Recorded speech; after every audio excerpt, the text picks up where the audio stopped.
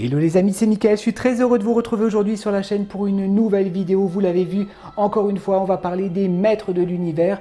Il s'agit donc de la nouvelle collection de chez Mattel, donc des maîtres de l'univers Origine. Donc on va découvrir tout de suite ces deux figurines. Donc c'est les deux premières que j'ai prises. Je pense me prendre d'autres, donc on va les découvrir ensemble. Allez, c'est parti pour la review. Voilà les amis, donc review des figurines, donc des maîtres de l'univers, donc de Main E-Face et du maître d'armes. Donc le maître d'armes et de Main E-Face. Alors celui-là je ne l'avais pas quand j'étais gamin, donc je suis content de pouvoir l'avoir enfin dans la collection. Et le maître d'armes. Alors le maître d'armes, je vous avais déjà fait une review donc de la figurine Super 7. Donc Super 7, donc là il s'agit donc d'une autre version donc, du maître d'armes des origines. Ben écoutez, on va regarder un petit peu le packaging de ces figurines. On va commencer par le maître d'armes. Donc packaging donc, de la figurine, donc ça reprend, c'est le même blister donc des maîtres de l'univers de l'époque. Donc Mattel, voilà, donc a de nouveau la licence, je pense, de des maîtres de l'univers. Donc ils nous ont ressorti les mêmes figurines de l'époque. La différence, c'est que cette fois il y a beaucoup plus d'articulation. Donc moi je n'ai plus les figurines, j'en avais quelques-uns, j'en avais racheté quelques-uns, les figurines de l'époque que j'ai revendues, que je regrette un petit peu parce que bon du coup je ne peux pas vous faire la comparaison. Mais en tout cas c'est vraiment, ça reprend vraiment le maître d'armes à quelques différences près, on va voir ça tout à l'heure. Donc voilà, Master of Universe, c'est de la marque Mattel. On a de nouveau le retour de la petite bande dessinée, donc du petit fascicule qui est fourni avec, donc ça je suis content.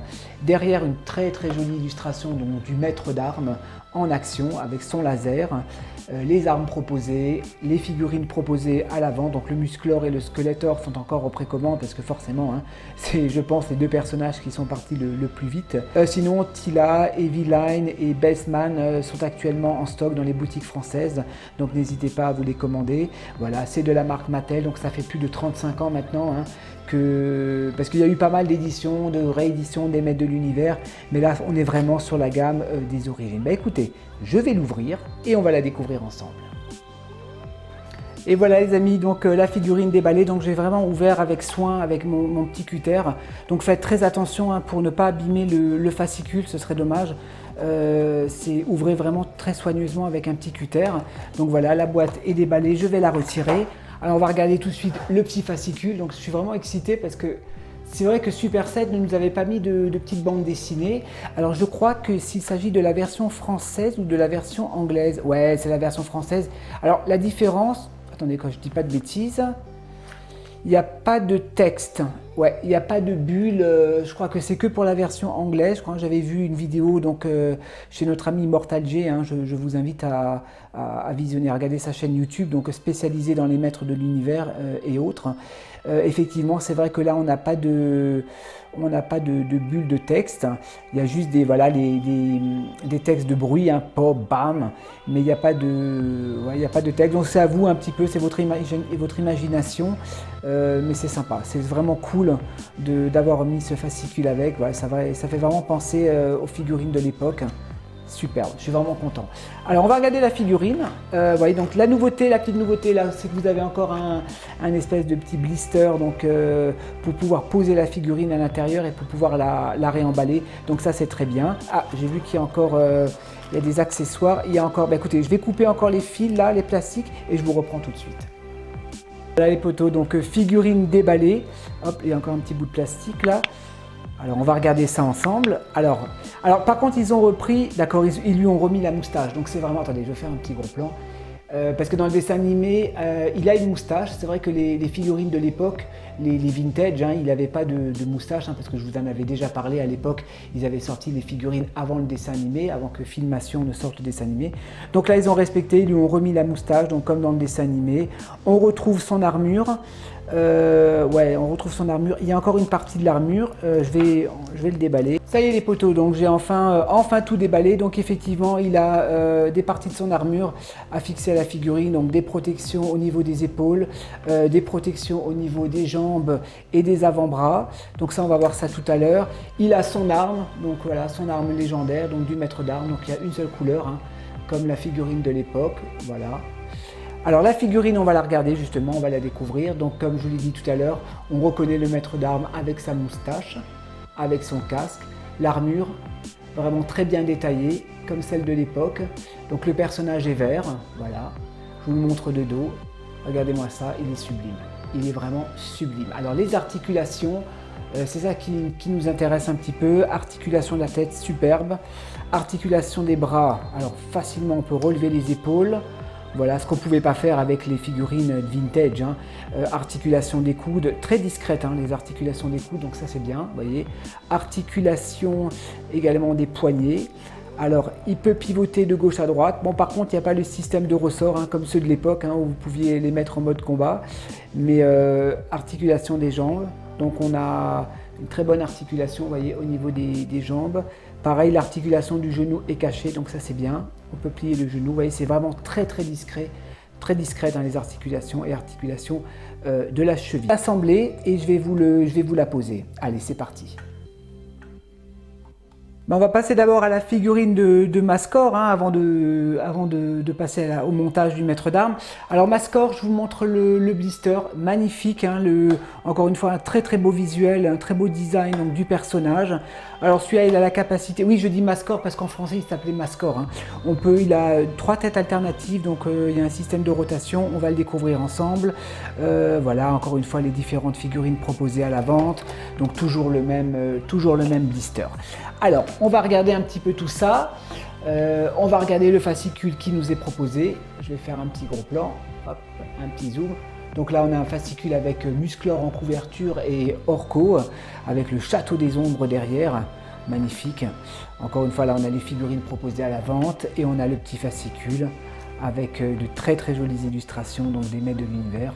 C'est dommage hein, qu'en Europe on n'a pas la version des sous-titrés, enfin la version texte, hein, c'est que aux États-Unis je crois, si je dis pas de bêtises. Mais non, mais c'est déjà pas mal, de nous avoir fourni un petit fascicule avec. Allez, c'est parti, on va passer donc à la figurine. Très simple mais très colorée. Alors on a juste en arme, il a son blaster, hein, voilà, son espèce de blaster qui est orange. Voilà, il n'y a rien de spécial, rien n'est amovible. On va la découvrir, donc je vais faire un petit gros plan. On va regarder alors les différents visages proposés. Donc voilà le premier. Et là vous avez une petite manivelle, vous tournez, tac, on a un deuxième visage assez monstrueux. Et un troisième, un peu robotisé. Voilà, je trouve qu'il va bien avec l'ensemble. Moi je préfère celui-ci.